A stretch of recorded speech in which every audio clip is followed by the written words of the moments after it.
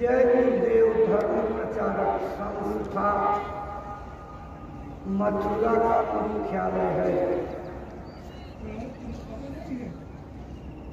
इस संस्था की स्थापना परम पूज्य बाबा श्री गुरुदेव जी महाराज ने की। अपने जनहितों के उद्देश्यों की पूर्ति के लिए उन्होंने जय गुरुदेव धर्म प्रचारक ट्रस्ट मथुरा का भी निर्माण किया।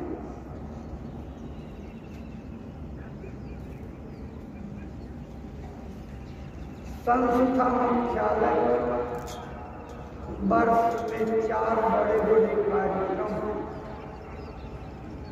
जय गुरुदेव धर्म प्रचारक संस्था मथुरा और जय गुरुदेव धर्म प्रचारक ट्रस्ट मथुरा के संयुक्त तत्वावधान में आयोजित होते हैं।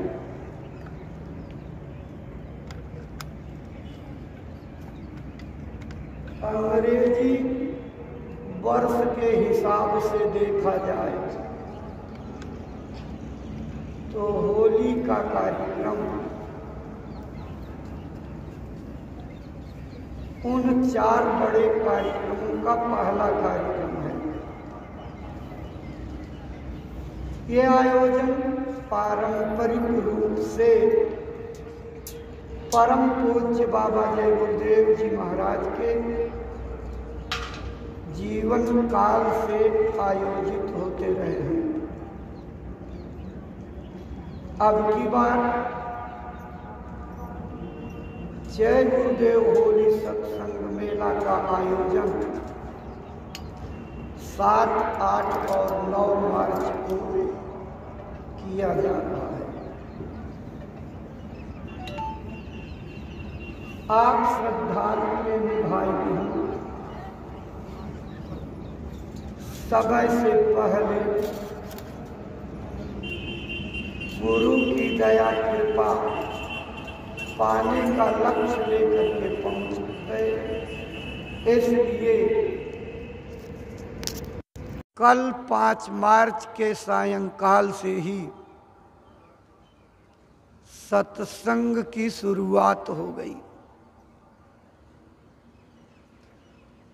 अब ये सुबह शाम सत्संग आयोजन के अंतिम दिन तक चलता रहेगा। सवेरे 6 बजे से और शाम को 4:30 बजे से सत्संग संदेश बराबर होते रहेंगे। इस आयोजन का मुख्य सत्संग कार्यक्रम जो संस्था प्रमुख पूज्य पंकज जी महाराज का सत्संग कार्यक्रम है, वो होली के दिन 8 मार्च को सवेरे 6 बजे से होगा। जो सूचनाएं आपको पहले से मिल चुकी हैं उनमें परिस्थितियों और मौसम को देखते हुए थोड़ा बदलाव किया गया है। अब पूज्य महाराज जी का कार्यक्रम 8 मार्च को सवेरे 6 बजे से शुरू हो जाएगा। इसलिए थोड़ी जिम्मेदारी आप लोगों की बढ़ गई है। पहले से जो समय लोगों को मालूम है उसको परिवर्तित समय की जानकारी देनी जरूरी है। आपके आसपास जो नए लोग या पुराने सत्संगी आकर के ठहरेंगे, एक जन चर्चा का विषय बना करके उनको ये बताना पड़ेगा कि अब पूज्य महाराज जी का सत्संग 8 मार्च को 6 बजे से होगा। खुद भी समय से पहले पहुंचिए और अपनी अपनी संगत के लोगों को भी समय से पहले पहुंचने के लिए प्रेरित करिए। कुछ कहने के पहले एक निवेदन आपसे कर लिया जाए। जय गुरुदेव नाम का झंडा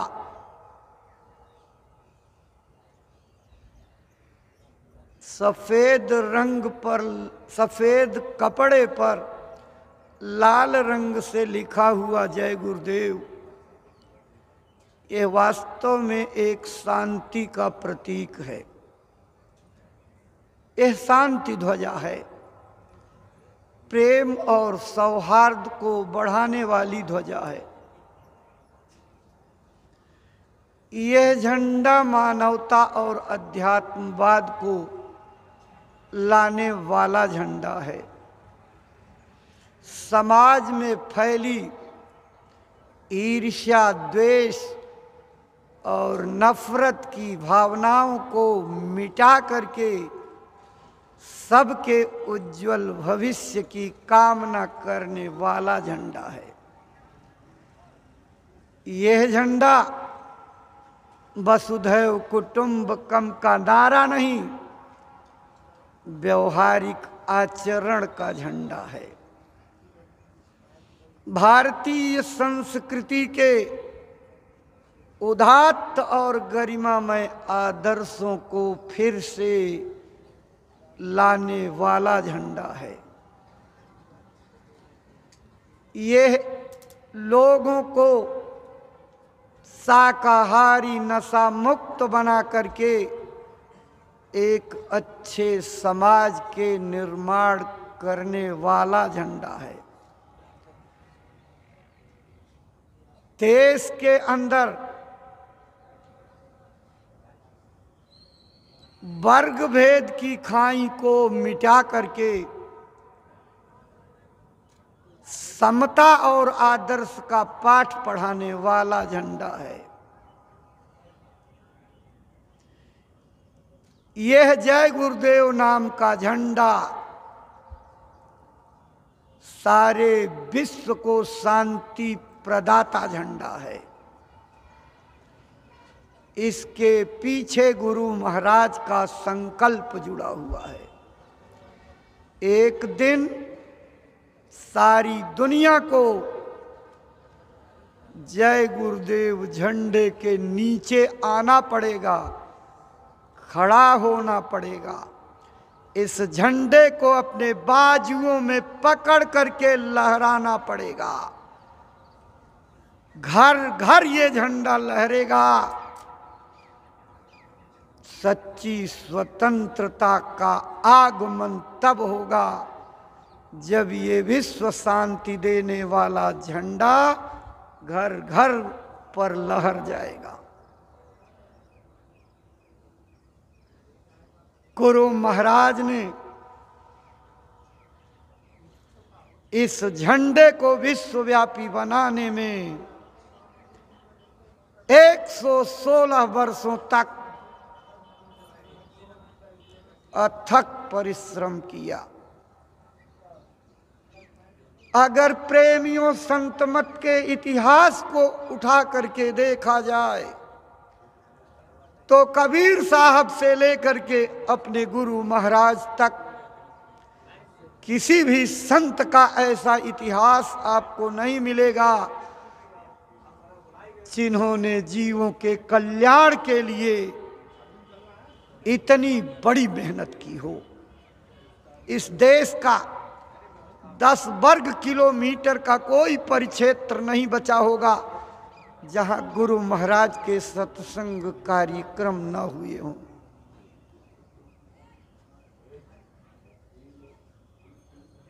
मेहनत सभी संतों ने की, जीवों के कल्याण का संकल्प लेकर के सब आए, लेकिन उन महापुरुषों ने एक दायरे में रह करके काम किया। गुरु महाराज ने सीमा लांघ करके अध्यात्मवाद का ऐसा प्रचार प्रसार किया कि अकेले दम पर सारी दुनिया में जय गुरुदेव नाम पहुंचा दिया।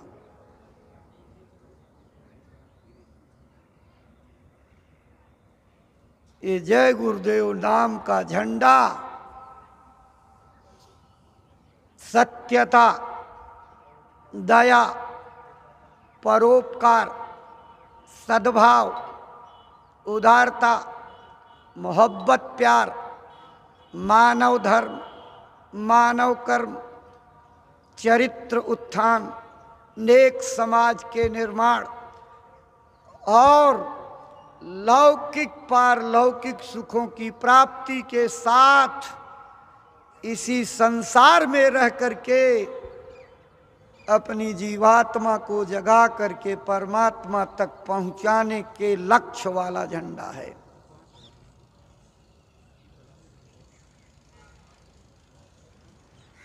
पूज्य महाराज जी के सत्संग कार्यक्रम में हर हाथों में जय गुरुदेव ध्वज होना चाहिए। पहले भी आप ये कर चुके हैं, इसलिए जो नए प्रेमी आ रहे हैं उनको भी प्रेरित करिएगा। यह मार्च का महीना है। इसी मार्च के महीने में हमारी संस्था का एक गौरवमयी ऐतिहासिक महापर्व आने वाला है। वो है 23 मार्च मुक्ति दिवस। इसके बारे में सत्संग में आपको आगे जानकारी मिलेगी, बताया जाएगा। लेकिन अभी तो इतना ही काफ़ी है कि 23 मार्च मुक्ति दिवस के दिन हर जय गुरुदेव अनुयायी के घर पर जय गुरुदेव झंडा लहराया जाता है, फहराया जाता है। उस झंडे का पूजन पूज्य महाराज जी के सानिध्य में इसी सत्संग मैदान में ले करके और लहरा करके अपने घरों को ले जाइएगा और वो संकल्पित और पूजित महापवित्र झंडा अपने अपने घरों पर लगाइएगा। ये बात इसलिए कह रहे हैं किसी प्रेमी से चूक ना हो जाए कि उस दिन निहत्थे आप आइए। निहत्थे कोई नहीं रहेंगे। जय गुरुदेव नाम का झंडा हर हाथ में, हर बाजुओं में होना चाहिए। संकेत आपके लिए काफी है। और इस मैदान का लहराता हुआ झंडा सारी दुनिया को ये संदेश देगा कि विश्व को शांति भारत की धरती से, भारत के आदर्शों को अपनाने पर और भारत के संत महापुरुषों की बातों का अनुसरण करने पर और समय के महापुरुषों की बात मान करके उनके आदेश पालन से मिलेगी। इसलिए जय गुरुदेव नाम का झंडा ले करके पूज्य महाराज जी के सत्संग कार्यक्रम में शामिल होइएगा। प्रेमी भाई बहनों, जय गुरुदेव नाम गुरु महाराज ने इस वक्त और समय का जगाया हुआ, सिद्ध किया हुआ नाम हम लोगों के सामने रखा। ये भगवान के नाम की एक परिपाटी चली आई है। भगवान के नाम के बारे में अगर बड़े बड़े विद्वान और धर्माचार्यों से पूछा जाए तो उन्हें अधिकतर 100, 200, 400, 500 नामों की जानकारी होगी। इससे ज्यादा नाम कोई नहीं जानते। हाँ, निश्चित रूप से जिनके घर में विष्णु सहस्त्र नाम की पुस्तक होगी, 1000 नामों की सूची उनके घर में जरूर मौजूद होगी, लेकिन कंठस्थ सबको नहीं होगी, विरलों को होगी। महापुरुषों ने भगवान के नाम के बारे में क्या कहा है? हरि के 1000 नाम,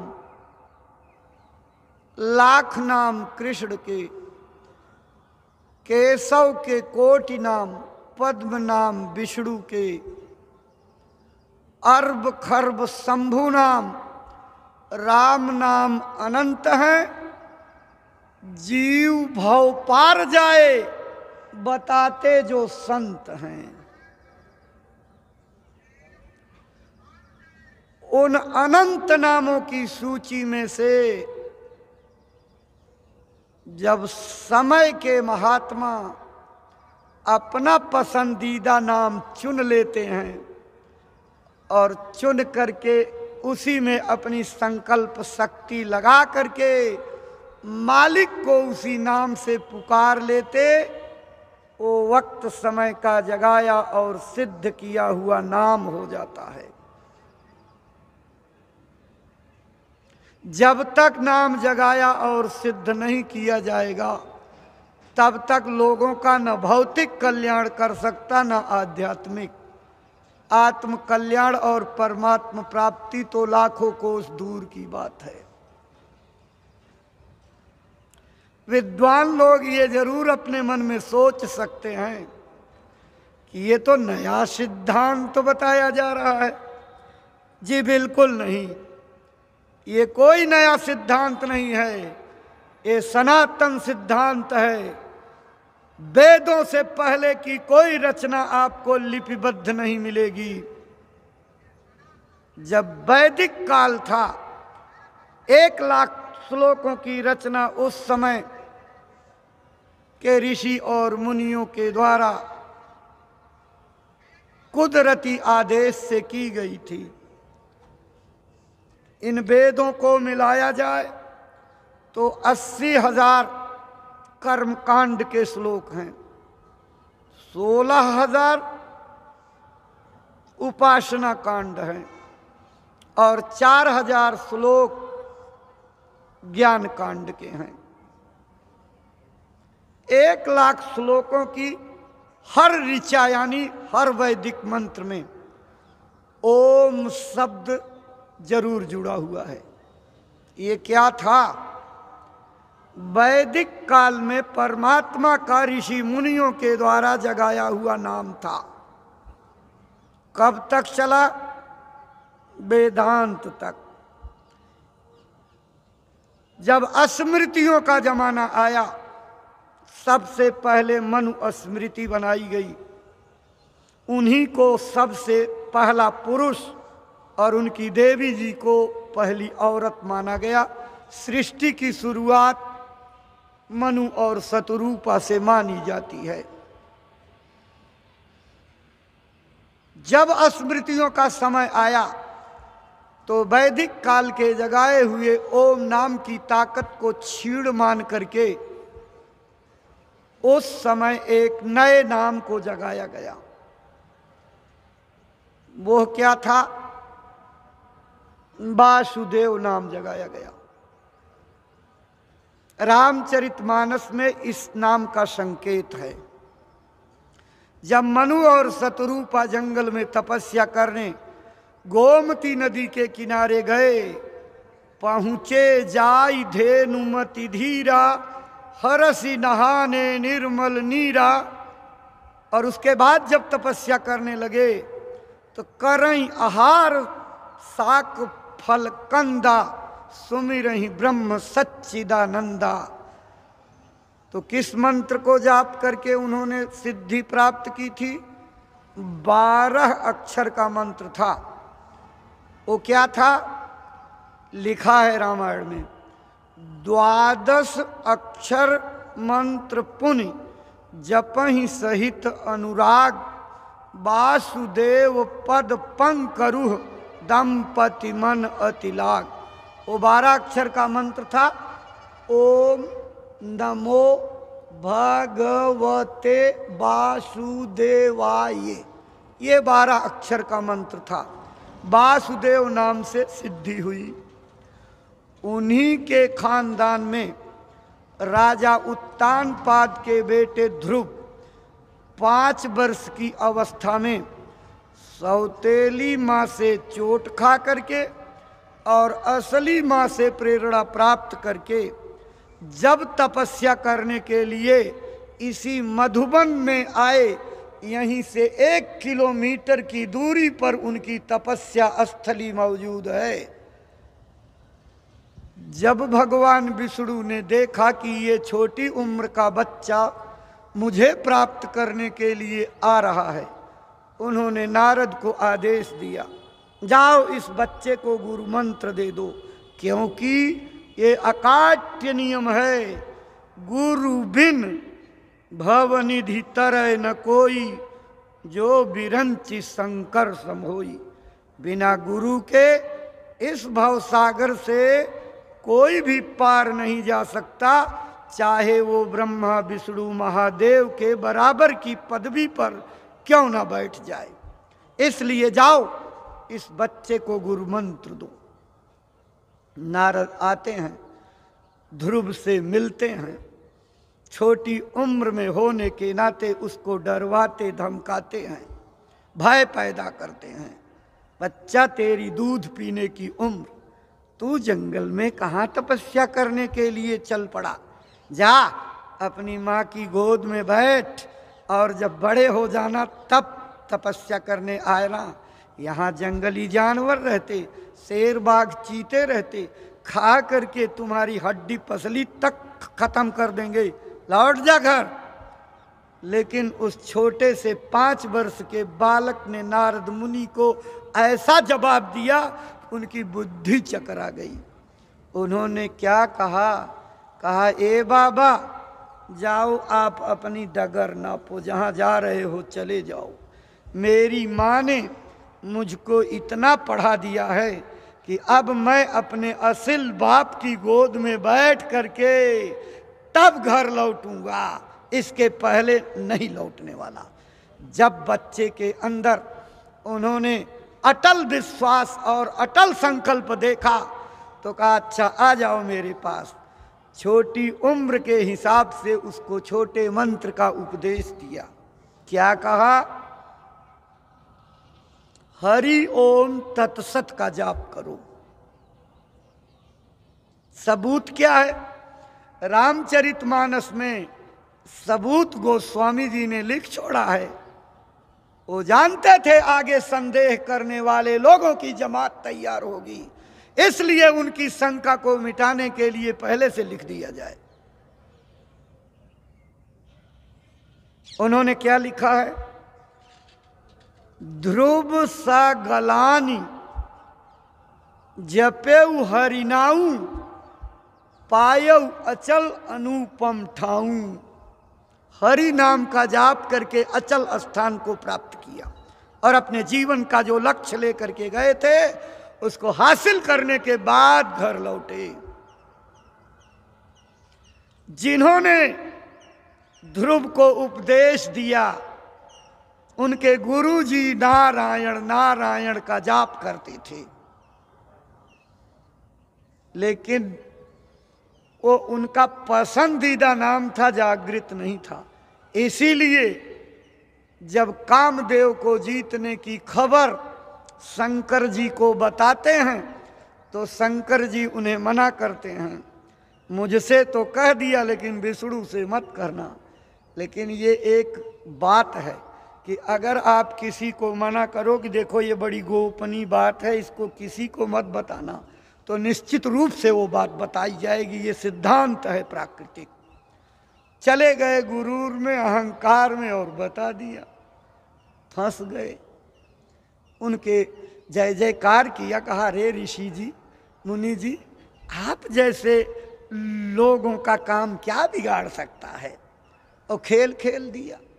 उनके रास्ते में श्री हरिपुरम नाम की एक नगरी बसा दी, शील निधि नाम का राजा बसा दिया, और उसकी विश्व मोहिनी एक कन्या। अब राजा ने देखा ऋषि जी जा रहे हैं, बुला लिया, कहा मेरी कन्या का हाथ देख लीजिए। कन्या का हाथ देखने में ही तो बुद्धि चकरा गई। उसके सारे लक्षण मतलब त्रिलोकीनाथ के थे। तो सोचा कि अगर ये लड़की मुझे वरण कर ले तो मैं त्रिलोकीनाथ यानी विष्णु से भी ऊपर पहुंच जाऊंगा। मन की खुरापात में जिसने कामदेव को जीत लिया था उसकी भाषा बदल गई। माया का चक्कर आता है तो बड़े बड़े साधक दरकिनार हो जाते हैं। उन्होंने क्या कहा, जप तप कछु न हो यही काला, हे विधि मिले कौन विधि बाला। मोह ग्रसित हो गए और विष्णु से प्रार्थना की, जेहि विधि हो नाथ हित मोरा, करौ सुबेगी दास मैं तोरा। विष्णु भी चालाक थे। उन्होंने कहा कि सुनो नारद जी, उन्होंने तो हित की बात की और विष्णु जी ने क्या कहा, जेहि विधि होई परम हित, नारद सुनौ तुम्हार, सोई सोई सब करब हम मृषान वचन हमार। जिससे आपका परम हित हो वो काम करूंगा। गुरु भी ऐसे ही होते हैं। हम अपने हित के लिए मनसा उनके सामने फरियाद करते हैं, लेकिन आपका परम हित देखते हुए गुरु आपकी मनसा को पूरा नहीं होने देते, क्योंकि उनको आपके परम हित की चिंता है। अगर हित पूरा कर दें तो परम हित नहीं होगा। हित पूरा कर दें तो माया में फंस जाओगे। हित पूरा कर दें तो पचड़े में फंस जाओगे, परमार्थ से दूर चले जाओगे, माया की गुलामी करके अधोगति में चले जाओगे। इसलिए कभी भी इस सांसारिक पदार्थों की मांग गुरु से मत करना, नहीं तो परमार्थ छूट जाएगा। बड़े भाग्य से मनुष्य शरीर मिला, बड़े भाग्य से गुरु मिले, बड़े भाग्य से नामदान मिला, बड़े भाग्य से सत्संग मिला और बड़े भाग से गुरु की सेवा का मौका मिला। ये सारे बड़े भाग खत्म करके ओछे भाग्य में बदल जाएंगे। इसलिए दुनिया कभी मत मांगना। ये दुनिया तो मिट्टी है, ये दुनिया तो अंधेरा है, ये दुनिया तो खिलौना है, ये दुनिया तो नाशवान है, ये दुनिया तो आपको लेकर के डूब जाने वाली है। तो डूबने वाली बात क्यों मांगते हो? मांगो उनसे इस भाव पार जाने की कश्ती, मांगो उनसे इस भाव पार से निकलने की दया, मांगो उनसे इस संसार में रह करके सबसे नजरें ओझल हो जाएं, लेकिन गुरु आपकी नजर में झलकते रहें, 24 घंटे उनकी छवि आपके अंदर उतरती रहे। जब ये मांगोगे, प्रेम बढ़ाओ गुरु से, आदेश का पालन करो गुरु का, आपकी भक्ति पूरी हो जाएगी। लेकिन अगर आदेश की अवहेलना की आदत पड़ गई तो फिर परमार्थ भक्ति सब किनारे हो जाएगा। इसलिए प्रेमी भाई बहनों, हम आपको ये बात सुना रहे थे। नारद जब मोहग्रसित हुए और भगवान विष्णु को भी श्राप दे दिया कि जैसे आपने मुझे औरत के पीछे हैरान किया, इसी तरह से आप भी दर दर की ठोकरें औरत के पीछे खाओगे। ऋषि की बात थी, अंगीकार किया, लेकिन तब तक एक तमाचा खींच करके मारा और जैसे ही तमाचा लगा, माया का पर्दा उतरा, बुद्धि में विवेक आया, कहने लगे भगवान माया ने ठग लिया, मेरा नारायण नाम मदद नहीं किया। विष्णु ने कहा ये हद का नाम है, बेहद का जब गुरु मिले तब लगे ठिकाना ठौर। बेहद के गुरु की जरूरत है, अब कहाँ जाऊं? कहें चलो हम बताते हैं। क्या उपदेश किया? रामायणियों पढ़ो। नारायण नाम से वो माया को नहीं जीत सके और अशांत हो गए, क्लांत हो गए। उस अशांति को ठीक करने के लिए विष्णु ने उनको हिदायत दी, जपऊ जाई शंकर सतनामा, पाई हृदय तुरत विश्रामा। जाओ कल्याणकारी सत्य नाम का जाप करो। चलो कलयुग में उतर आओ। कबीर साहब आए, उन्होंने अपने समय में उस परमात्मा का साहिब नाम जगाया। आप देखते होंगे कबीर के चेले गांव गांव घूमते हुए क्या कहते हैं, साहेब बंदगी। और उनकी किताबों में भरमार है, साहेब से सब होत हैं, बंदे ते कछु नाही। हम तो बच गए साहेब दया से, सबद डोर गई उतरे पार। साहेब कब कई चूक हमारी, साहेब का घर दूर सजनी, यानी भरमार है।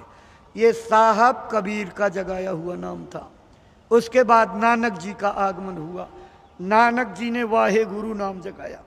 दूसरी पीढ़ी में आने वाले महात्मा ने नाम को बदल करके एक ओंकार कर दिया। पांचवी पातशाही में गुरु अर्जुन देव आए, उन्होंने सत्यनाम, एक सत्यनाम कर दिया। और अंतिम पातशाही में यानी 10वें गुरु गोविंद सिंह आए, उन्होंने नानक जी के वाहे गुरु नाम को बदल दिया और वो नाम बदल दिया, सत्यनाम बदल करके आखिरी में उन्होंने क्या कहा, सत श्री अकाल जो बोले सो होवे निहाल। आज भी गुरुद्वारों में इसका पाठ होता है। सूरदास जी आए, उनकी 1.25 लाख से ऊपर पदों की किताबें हैं। हर पद के अंत में श्याम शब्द जरूर मिलेगा। सूर श्याम बलि आश्चरण की, सूर श्याम देखे बिन तरसत, ये श्याम सूरदास का जगाया नाम था। मीराबाई ने अपने समय में गिरधर नाम जगाया और हर पद के अंत में लिखा मेरे तो गिरधर गोपाल, मीरा के प्रभु गिरधर नागर। गिरधर शब्द मीरा का जगाया हुआ नाम था। गोस्वामी जी ने राम नाम जगा करके सारी दुनिया को राममय कर दिया। ऐसे बहुत से महात्मा आए और अपने समय में अलग अलग नाम जगाए। मोटी बात, इसी पद्धति पर गुरु महाराज ने जब अपने गुरु महाराज के चरणों में बैठ करके अपने जीवन के चरम लक्ष्य को 19 वर्ष की अवस्था में गुरु मिले और 20वें वर्ष में गुरु की दया कृपा लेकर के अपने जीवन के चरम लक्ष्य को प्राप्त करके प्रभु प्राप्ति को अर्जित कर लिया। जय गुरुदेव नाम जगा दिया। वो जय गुरुदेव नाम वक्त और समय का जगाया नाम है। गुरु महाराज इस नाम जहाज को लगा करके गए और अकेले दम पर 2-4 व्यक्तियों से शुरू करके गुरु महाराज ने रिश्तेदारियों का तार पकड़ करके इस मिशन को देशव्यापी बना दिया। और यही नहीं, सारी दुनिया में जय गुरुदेव नाम पहुंचा दिया। अकेले अपने बलबूते गुरु महाराज ने जितनी मेहनत की है, उनकी मेहनत को देखा जाएगा तो अब तक के आए सृष्टि के तमाम संतों को गुरु महाराज ने पीछे कर दिया है। और जब इनका इतिहास समाज के पटल पर आएगा तो सारी दुनिया इनकी जन्म भूमि पर, इनकी कर्म भूमि पर मत्था टेकने, अशांति को दूर करके शांति प्राप्त करने के लिए भाग खड़ी होगी। जरा सी सिद्धियों के पीछे लोग लट्टू हो जाया करते हैं, जरा से चमत्कारों के पीछे लोग अपना राजपाट तक त्याग दिए। बड़े इतिहास भरे पड़े हैं। हरे प्रेमी भाई बहनों, सप्तर्षियों ने एक रत्नाकर नाम के डकैत को बदल करके उसको वाल्मीकि बना दिया। उनके गुण गाए जा रहे हैं। एक महात्मा बुद्ध ने अंगुलिमाल जैसे डकैत को बदल करके ने एक नाम बना दिया। सारी दुनिया बौद्ध धर्म की अनुयायी हो गई। फर्ज कीजिए, यकीन कीजिए, जिस दिन मानव सृष्टि की इस अलौकिक महाविभूति का इतिहास आत्मदर्शियों के द्वारा लिखा जाएगा,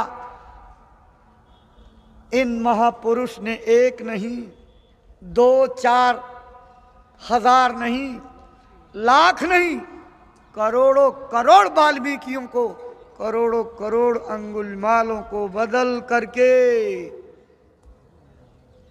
इतिहास रच दिया।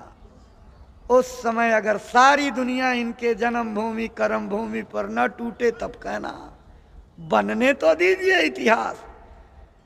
ये इतिहास बन रहा है और इतिहास के बनने पर बहुत सारे लोगों को नींव की ईंट बनना पड़ता है। महल की नींव की ईंट का बड़ा महत्व होता है, उसी पर सारा महल और कंगूरा टिका होता है। अगर नींव की ईंट दहल जाए तो भरभरा करके महल बालू की भीत की तरह धराशायी हो जाएगा। ऐ गुरु महाराज के पाती दूतों, युग परिवर्तन की बेला में आपको गुरु महाराज के इस आध्यात्मिक महल की नींव की ईंट बनना है। नींव के ईंट में किसी प्रसिद्धि की कामना नहीं रहती है, किसी मान सम्मान की कामना नहीं रहती है। नींव की ईंट बनने में अपने अस्तित्व को मिटा देने के हौसले होते हैं। अपनी नामवरी से दूर गुरु की खुशी के लिए मिट जाने की कामना होती है। वही बीज पौधा बन करके इस संसार में प्रकट होता है जो स्वयं को सड़ा देता है। मिटा दे अपनी हस्ती को, अगर तू मर्तबा चाहे कि दाना खाक में मिलकर गुले गुलजार होता है। अगर गुरु महाराज की दया पानी है, ऐ प्रेमियों, गुरु महाराज के इस यज्ञ में अपने को आहुति देना होगा। जान नहीं देनी होगी, कुर्बानी नहीं देनी होगी, लेकिन जिस कुर्बानी को देना है वो बहुत बड़ी कुर्बानी है। कुर्बानी की परंपरा देश में गलत चल गई। कुर्बानी की परंपरा जो होनी चाहिए थी, लोग अर्थ का अनर्थ कर दिए। कुर्बानी के पीछे ये बात थी, अपनी सबसे अजीज चीज हमको कुर्बान करो। सबसे प्यारी चीज, सबसे प्यारी चीज अगर तलाशोगे, शोध करोगे तो अपना मन होता है। इससे प्यारा कुछ नहीं होता है। इस अजीज मन को, दिल को कुर्बान करने की बात कही गई थी, लेकिन लोग गलत फहमियों में पड़ करके, संदेह के शिकार हो करके जानवरों की कुर्बानी, जीवों की कुर्बानी, इंसानों को कुर्बान करने लगे। कभी आपने इस पर गौर से विचार किया?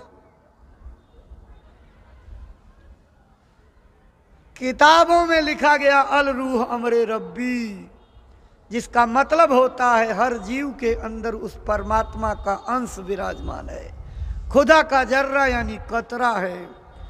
और आपकी भी किताबों में इसी बात को दोहराया गया है। ईश्वर अंश, जीव अविनाशी, चेतन अमल, सहज सुख राशि। जब सबके अंदर परमात्मा बैठा है, आप उसको कुर्बान करोगे, आप उसका गला नोचोगे, आप उसकी खाल नोचोगे, आप उसका गला रेतोगे, हिंसा हत्या कर दोगे, तो हत्या किसकी होगी? कभी विचार किया? प्रभु की, खुदा रब की, अल्लाह अकबर की, ऑलमाइटी पावर गॉड की। तो क्या आपने परमात्मा की हत्या करने का ठेका ले रखा है? ये गलत परंपरा चल पड़ी। अगर वास्तव में उस मालिक की मेहरबानी चाहते हो, उस प्रभु की प्रसन्नता चाहते हो, तो सबके अंदर उस मालिक का नूर, उसका जौहर, उसका जलवा, उसकी ही करामात देखो, उसकी शक्ति विराजमान है। ये विश्वास करो कि वो मालिक सबके अंदर बैठा हुआ है। तभी तो नानक जी ने आपको धिक्कारा। क्या बकरी, क्या भेड़िया, क्या अपना जाया, सबका लोहू एक है, तुमको किसने बहकाया? अरे प्रेमी भाई बहनों, गलत मनसा बना करके आपने गलत रास्ते पकड़ लिए। इससे परमात्मा खुश नहीं होगा। परमात्मा की खुशी का काम करना है, उसके वसूलों का पालन करो। जितने भी महापुरुष इस धरती पर आए, किसी ने भी हिंसा हत्या की कोई इजाजत नहीं दी। अगर हमारी पाक किताबों में इस बात का जिक्र है, ऐ इंसान, पेड़ की डाल पर बैठे हुए परिंदों को उड़ा करके उनको तंग मत कर, उनके आराम में खलल पड़ जाएगा। अगर उनकी आराम में खलल पड़ा तो मैं तुमको सख्त सजा दूंगा। जब अपनी किताबों में उसने ये जिक्र किया है कि मैंने तुम्हारे लिए अनाज, खजूर, फल फ्रूट, तमाम तरह के मेवे बनाए, तो तुम इनको छोड़ करके जीवों को काट करके खाने की मनसा क्यों बनाता है? ये इंसान का नहीं, राक्षसों का भोजन है। इसलिए प्रेमी भाई बहनों, आप अपने से तौलिए। जब आप अपने घर में किसी का शरीर छूट जाता है, मुर्दा हो जाता है, तो क्या आप मुर्दे को अपने घर में रखते हो या 5 तत्वों के शरीर को काट करके अपने पेट रूपी कब्रिस्तान में दफनाते हो? अरे इंसानों, आपकी अकल मारी गई। अपने घर का मुर्दा बाहर ले जाओगे और जलाओगे, दफनाओगे, राख बना दोगे, सुपुर्दे खाक करके खाक बना दोगे। लेकिन बाजार जा करके पशु पंछियों का 1 तत्व के, 2 तत्व के, 3 तत्व के, 4 तत्व के जानवरों का मुर्दा पैसा खर्च करके खरीद करके लाते हो और भगवान के इस बनाए हुए चेतन मंदिर में जमा करते हो। क्या माफ़ी मिलेगी? भगवान कभी नहीं माफ़ करेगा। इसलिए महात्मा इस बात की आवाज़ लगाने आते हैं कि किसी भी जानवर का मांस मुर्दा मत खाया करो, पेट को कब्रिस्तान मत बना डालो, नहीं तो ऊपर बैठा मालिक तुम्हें सख्त सजा देगा। परम पूज्य बाबा जय गुरुदेव जी महाराज ने शाकाहार का इतना प्रबल प्रचार किया कि आज दुनिया में गुरु महाराज को शाकाहारी बाबा के रूप में लोग जानते हैं। और भी तो महात्मा हैं, और भी तो साधु हैं, और भी धार्मिक संस्थाएं हैं, लेकिन सबकी जबान चुप है। क्यों? सबकी मनसा में ये बात समा गई है, अगर हम शाकाहार पर जोर देंगे तो तमाम लोग कट करके मुझसे दूर चले जाएंगे, मेरी दक्षिणा कम हो जाएगी, चढ़ावा कम हो जाएगा, मेरे अनुयायी कम हो जाएंगे। लेकिन गुरु महाराज ने इसकी कोई फिक्र नहीं की। गुरु महाराज ने बेबाक तरीके से शाकाहार का डंगा घर घर, गली गली, गांव गांव, कूचे कूचे, चप्पे चप्पे पर पीट करके और सारी दुनिया में शाकाहार का पर्याय अपने को बना लिया। अब हमारी आपकी भी जिम्मेदारी बनती है, आपके कंधों पर बहुत बड़ा भार दे करके गुरु महाराज, यही सामने उनकी यादगार का मंच है, जिस मंच से वो ये बात कह गए, प्रेमियों अब मेरा शरीर बूढ़ा हो गया, मैं पका हुआ आम हो गया, कभी भी जा सकता हूँ, मैं कोई अमर पट्टा लिखा के नहीं आया, दुनिया के कानून का मुझे भी पालन करना है। समय पूरा होने पर ये किराए का मकान मुझे भी खाली करना। मैं समय आ रहा, अब चलना नहीं हो पाता, बोलना नहीं हो पाता, शरीर से जो काम ले सकते हो वो काम करने लायक नहीं रहा। बहुत सारी बातें कहते हुए कहा, मेरी एक बात याद रखना, ये शाकाहारी का प्रचार करते रहना, इसी से देश और दुनिया में भारी परिवर्तन होगा और तुम्हारा आत्म कल्याण भी हो जाएगा। ये वचन जुड़े हुए हैं, ये वचन कटेंगे नहीं। आत्म कल्याण की जड़ शाकाहारी का प्रचार है। इसलिए इस प्रचार को जोर शोर से करो। एक आदेश पूज्य महाराज जी ने दिया, एक एक गांव गोद ले लीजिए। ये गुरु दरबार से हुआ हुक्म है, गुरु की प्रेरणा से निकली हुई आवाज है। दया कृपा आपके खाते में उतारने का संकल्प है, लेकिन अगर आप इशारे की बातों को नहीं समझ पाओगे तो महात्मा चुप हो जाते हैं, फिर कहना बंद कर देते हैं। सैन बैन समझे नहीं, तासों कछु न कहानी। जो इशारा नहीं समझता उससे चुप्पी साध लेते हैं, फिर आपकी हाल पर छोड़ देते हैं कि चाहो जैसा गुजरे गुजार लो। अंतिम समय तक आपको बचाने की कोशिश करते हैं। आए प्रेमी भाई बहनों, गुरु महाराज की दयालुता का इससे बड़ा उदाहरण कुछ नहीं हो सकता कि जितने महात्मा पहले आए उन्होंने एक सीमा बांध दी। महात्मा शाह इनायत सतगुरु वाजिद नईम बता करके गए। उन्होंने क्या कहा? सन 1970 से 80 तक गंदला सब साफ हो जाए। सन 1970 से 80 तक सारी गंदगी साफ हो करके यहां आध्यात्मवाद आ जाएगा। और महात्माओं ने 80 से लेकर के 2000 तक की सीमा की भविष्यवाणियां की। मिस्र के पिरामिडों पर लिखी हुई आध्यात्मिक भविष्यवाणियां 1999 तक सीमा बांधती हैं, जिनकी एक एक वाणी बिल्कुल अक्षरशः सत्य हुई।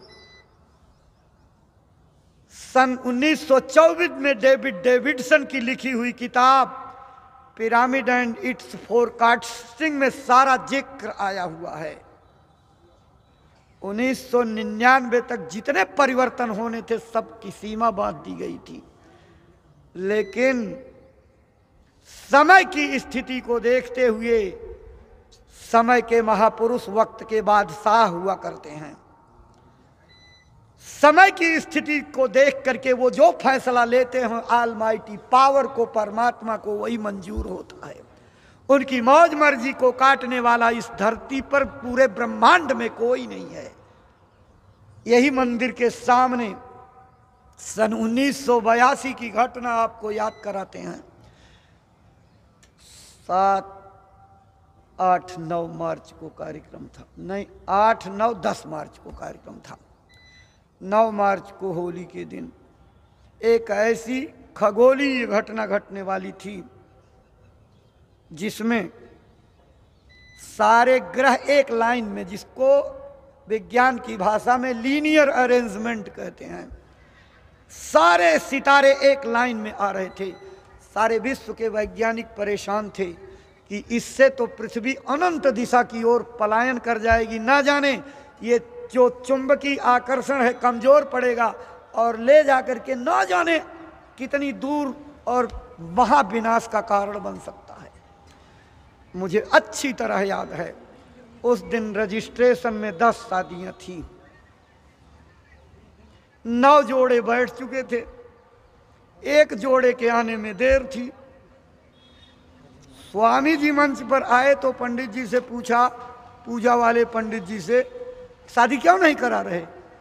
तो पंडित जी ने स्वामी जी से अर्ज किया कि स्वामी जी एक जोड़ा बाकी रह गया है। स्वामी जी ने तपाक से कहा वो बाद में होता रहेगा, तुम कराओ इनका जो है। 9 जोड़े को एक साथ बैठा करके और उनका गठबंधन करा करके और 9 ग्रहों के लीनियर अरेंजमेंट को अपनी भौतिक संकल्प शक्ति से काट दिया। और उसी 9 मार्च के सत्संग की ये बात है कि आगे ना जाने कितनी लोग भविष्यवाणियां करेंगे, लेकिन मेरी बात को याद रखना, जो भी भविष्यवाणी की जाएगी उस मालिक की मौज है, सबकी भविष्यवाणियां काट दी जाएंगी। और कट गई सबकी।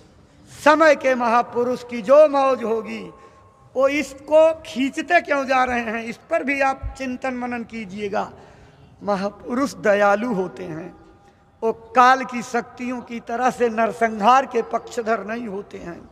हमारे आपके सबके कर्म और गुनाह नरसंहार की ओर लेकर के जा रहे हैं, लेकिन महात्मा अब भी दया करके हाथ जोड़ करके आपसे विनती करके चाहते हैं कि बच जाओ, बच जाओ।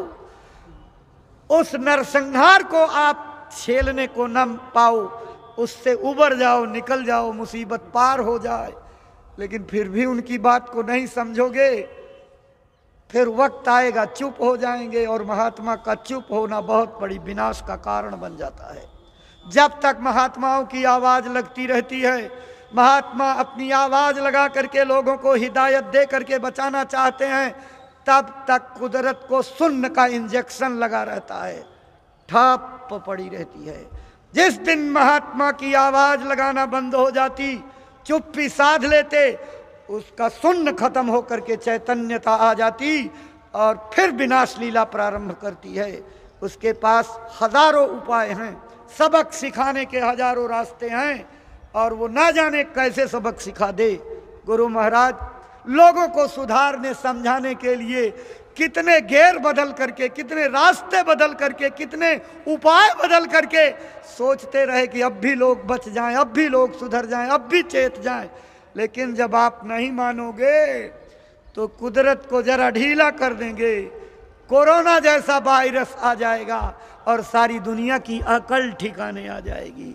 एक चिंदी भर का वायरस और सारी दुनिया को इतना मजबूर कर दिया, जो चीज आप सपने में सोच नहीं सकते उसको आपने कर दिखाया।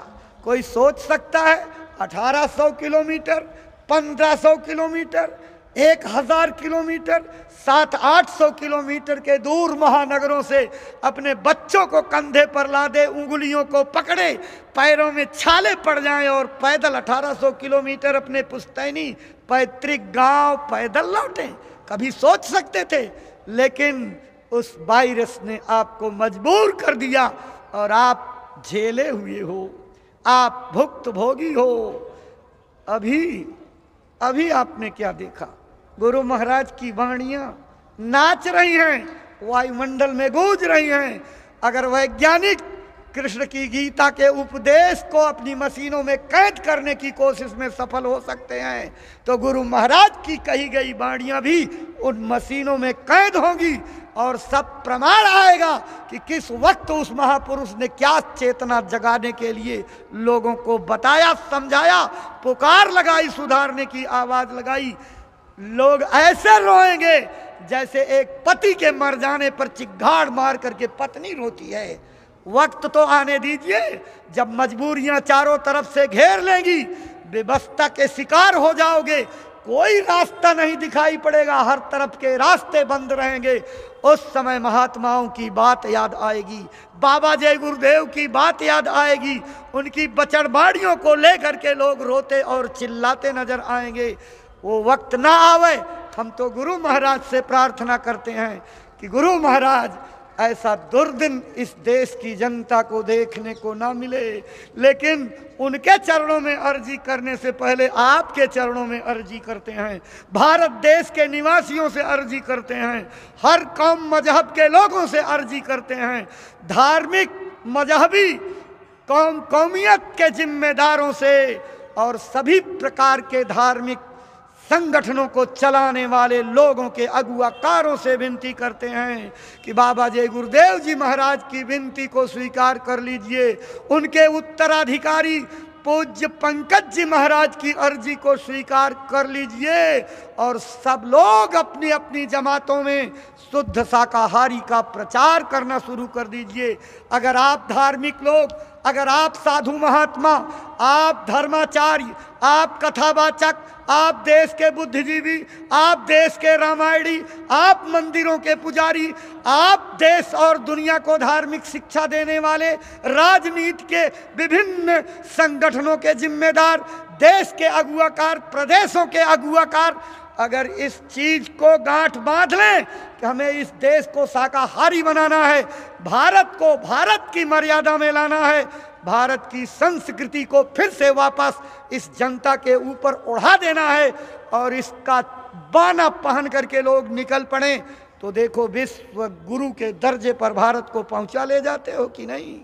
बात से नहीं पहुंचाओगे, किसी प्रकार की भाषणबाजी से नहीं पहुंचाओगे, पहुंचेगा तो चरित्र उत्थान की शिक्षा से, अच्छे संस्कार की शिक्षा से, तोड़ फोड़ आंदोलनों से, इस सारे देश की जनता को बिल्कुल दरकिनार कर देने से। जब तक देश में ये राष्ट्र की संपत्ति का नुकसान करने वाले तोड़ फोड़ आंदोलन, हड़ताल को लोग महत्व देते रहेंगे, उकसाते रहेंगे, तब तक भारत में राम राज्य आने की कल्पना मत करना, देश के अंदर सुराज आने की कल्पना मत करना। जब तक खलों के उद्यम चलते रहेंगे, सुराज्य कैसे आ सकता है। अर्क जवास पात बिनु भयऊ, जब स्वराज खल उद्यम गयऊ। वर्षा का पानी जब पहली बार बरसता है, उसके वर्षा के पानी का पहला असर होता है अर्क और जवास, यानी मदार और आग के पत्ते झड़ जाते हैं, केवल डंठल खड़ा रहता है। जिस तरह वर्षा के पहले पानी से अर्क जवास के पत्ते झड़ जाते हैं, इसी तरह से सुराज में खलों के उद्यम का नाम नहीं रहता है, दुष्टों के उद्यम का नाम नहीं रहता है, विभिन्न प्रकार के व्यभिचार फैलाने वाले साहित्य नहीं रहते हैं, ऐसी अश्लील किताबें नहीं रहती हैं, चरित्र उत्थान की पाठशालाएं लगाई जाती हैं और विभिन्न प्रकार के अश्लील गीत और चित्रों का प्रदर्शन बंद हो जाता है। गुरु महाराज की एक एक बाणियां सामने आएंगी, लेकिन प्रेमियों मेहनत आपको करनी पड़ेगी। ऐ भारत के धरती के सपूतों, एक बार फिर से आपको जागना पड़ेगा, एक बार फिर से गुरु की आवाज पर खड़ा होना पड़ेगा। अगर आप महात्मा की बात मान करके उनकी आवाज पर खड़े हो गए, तो देश में एक नई व्यवस्था की स्थापना हो जाएगी, एक नई वैचारिक क्रांति उठ खड़ी होगी जो सारी दुनिया को बदल डालेगी और भारत का नाम फिर से सारी दुनिया में चमक जाएगा। लेकिन ऐ माँ के सपूतों, ऐ अपनी माँ के लालों, एक बार फिर से उठो और गुरु महाराज की आवाज के साथ लग जाओ। पूज्य पंकज जी महाराज, जो गुरु महाराज के एकमात्र उत्तराधिकारी हैं, गफलत में मत रहना। जिसको गुरु जिम्मेदारी दे करके जाते हैं, उसके साथ संकल्प छोड़ जाते हैं। मनगढ़ंत कोई बन जाए, लेकिन जिसको अपनी मौज मर्जी से बना जाते हैं। आपने संतमत के इतिहास को पढ़ा नहीं? जिसको गुरु अपनी गद्दी पर नसीन करते हैं, पाजी रास्ते से उसकी सूरत को पूर्ण गति प्रदान करके तब बैठाते हैं। वो बात छिपी रहती है, जग जाहिर नहीं होती है। ये गुरु की विशेष कृपा होती है। अब पाजी रास्ते से सबको तो नहीं पहुंचाते, कोई बिरला होता है जिसको पहुंचाते हैं। बाकी तो आपको साधन भजन करके जाना होगा, सुमिरन ध्यान भजन के बल से जाओगे। लेकिन जिसको अपना खंभा बनाना होता है, जिसको अपने काम की जिम्मेदारी देनी होती है, उसको पाजी रास्ते से पूर्ण करके तब गद्दी पर बैठा करके जाते हैं। ऐसे जो है बातूनी बात नहीं है। गुरु महाराज, पूज्य महाराज जी को जो जिम्मेदारी दे करके गए हैं, वो एक एक बातों को आपको क्या पता कि उनको क्या क्या पढ़ाया गया है, क्या सिखाया गया है। आपको तो सीधे बता दिया गया कि ड्राइवर थे ड्राइवर, लेकिन उसी ड्राइवरी करते करते गुरु महाराज की पाठशाला चलती थी। अब ये बात आपको थोड़ी मालूम है। रात रात दिन दिन गाड़ी में बैठा करके घुमाते थे। यही जहाँ पर बैठ करके हम लोग दया कृपा लेने के लिए आज सत्संग की चर्चा कर रहे हैं, गुरु महाराज की चर्चा कर रहे हैं। इसी स्थल पर 3-3, 4-4 दिन तक बीत जाता था, नित्य क्रिया तक का मौका नहीं मिलता था। और यहीं जो है रातों दिन परिक्रमा करते करते, और कितना घूमते घूमते क्या पढ़ाया है वो महाराज जी जानते, गुरु महाराज जानते, और कौन जानेगा। उनको जो पढ़ा दिया है, एक एक बातों को पूज्य महाराज जी अपने दिल की किताब में लिखे हुए हैं, और चरणबद्ध तरीके से गुरु वचनों का पालन करते हुए अपने मिशन को, गुरु महाराज के मिशन को आगे बढ़ा रहे हैं। प्रेमी भाई बहनों, आपको तो जो आदेश मिल जाए उस आदेश में गफलत मत करना, बस इतनी प्रार्थना है।